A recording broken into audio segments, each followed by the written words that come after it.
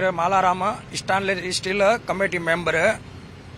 நாங்கள் நேற்று அந்த ஜிஎஸ்டி ப்ராப்ளமுக்காக ஃபுல்லாக மார்க்கெட்டு ஸ்டீல் மார்க்கெட்டு நேற்று மூடி வச்சிருந்தது. நேற்று அப்புறம் ஃபெடரேஷனு சேர்த்து ஒரு 52 அசோசியேஷனு இன்னைக்கு ஃபுல்லாக மூடி கிடக்குது. லட்சக்கணக்கில் வேலை பாதிக்குது. எல்லாம் ரிக்ஷாக்காரு வேலைக்காரு எல்லாருக்கும் வேலை பாதிக்குது.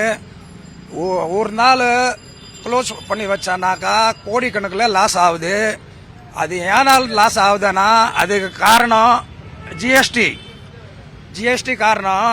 சின்ன சின்ன வியாபாரிகிட்ட போயிட்டு ஜிஎஸ்டி ரேட்டு போடுறோம்.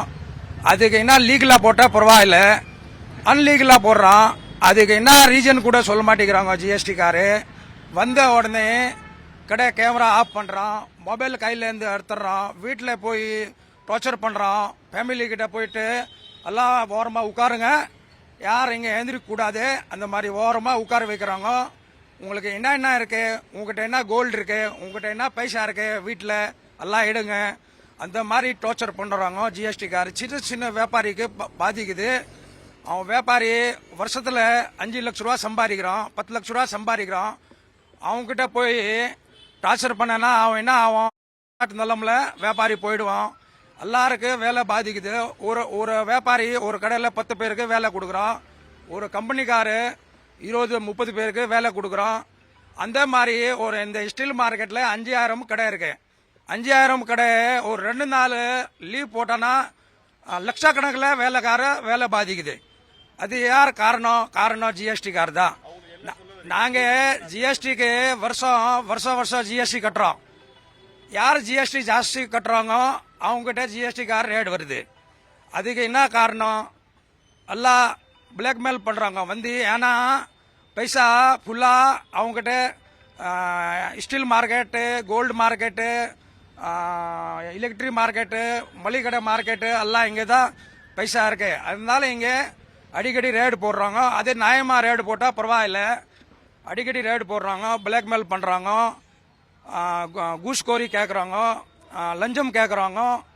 அந்த மாதிரி ஒரு நியாயமாக லீகலாக ரேடு வந்தால் பரவாயில்ல. நியாயமாக என்ன இந்த பில்லில் ஃபால்ட் இருக்கு, அது ஃபால்ட் இருக்கு, நியாயமாக கேட்டால் பரவாயில்ல.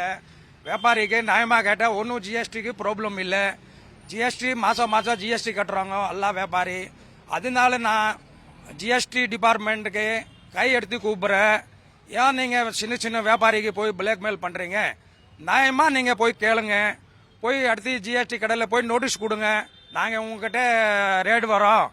நீங்கள் ஏன் 2 பேர் கூட ஒன்றும் எக்ஸ்ட்ரா பேர் எடுத்து வரீங்க? அவங்ககிட்ட ஐடி கார்டு இல்லை, ஒன்றுமே இல்லை, அதுக்காக 2 பேர் கூட எடுத்து வரீங்க. நீங்கள் வாங்க, 2 பேர் 3 பேர் 4 பேர் 10 பேர் கூட வாங்க, ஜிஎஸ்டி ஐடி காட்டுங்க. அவங்ககிட்ட நியாயமாக கடைக்காரர்கிட்ட கேளுங்க, நீ என்ன தப்பு பண்ணிருக்க கடைக்காரர், அவங்ககிட்ட நியாயமாக கேளுங்க. போய் லஞ்சம் கேட்கறது, பிளாக்மெயில் பண்ணுறது, வீட்டில் போகிறது, வீட்டில் கிட்ட லேடிஸ் கிட்ட போய் பிளாக்மெயில் பண்ணுறது, உங்ககிட்ட கோல்டுனா இருக்க எடு, ஓரமாக உட்காரு. இப்போ சின்ன வீட்டில் பசங்க இருப்பாங்க, அவங்க பிளாக்மெயில் பண்ணுறது அது நியாயம் இல்லை. அது சரி. என் பேர் மாலாராமு. நான் அசோசியேஷன் ஸ்டான்லி ஸ்டீல் அசோசியேஷனில் கமிட்டி மெம்பராக இருக்கிறேன்.